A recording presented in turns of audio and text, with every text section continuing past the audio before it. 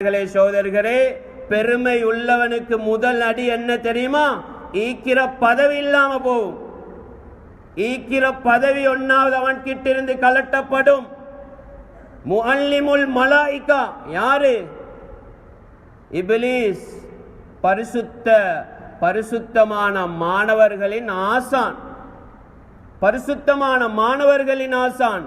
பாவம் என்றா என்னென்றே தெரியாத மலக்குமார்களின் உஸ்தாத் தான் இப்லீஸ்.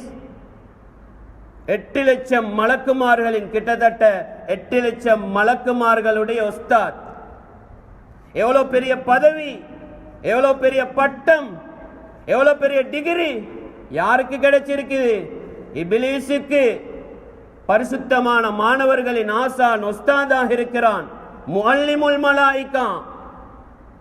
அல்லாஹ் சுப்ஹானஹு வ தஆலா இந்த இப்லீஸை சோதிப்பதற்காக வேண்டி ஆதம் அலைஹிஸ்ஸலாத்தை களிமண்ணினால் படைத்தான். படைச்சிட்டு அல்லாஹ் சொன்னான், உஸ்தாதே, மாணவர்களே, நீங்க எல்லோரும் இந்த ஆதமுக்கு சுஜூத் செய்யணும். உஸ்ஜுது லி ஆதம. மாணவர்களே, ஆசானே, இந்த ஆதமுக்கு நீங்க சுஜூத் செய்யணும்.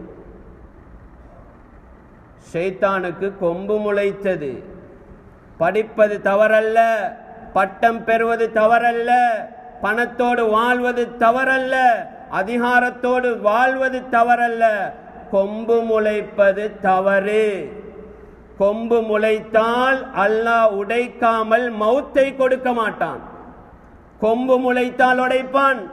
அது எவ்வளவு பெரிய கொம்பனாக இருந்தாலும் சரி, எவ்வளவு பெரிய மனிதனாக இருந்தாலும் சரி, கொம்பை உடைத்து தான் அல்லாஹ் சுப்ஹானஹு வ தஆலா அந்த பாவத்துக்கு தௌபா செய்யவில்லை என்றால் அதே நிலைமையில சில வேளை மௌத்து வரலாம்.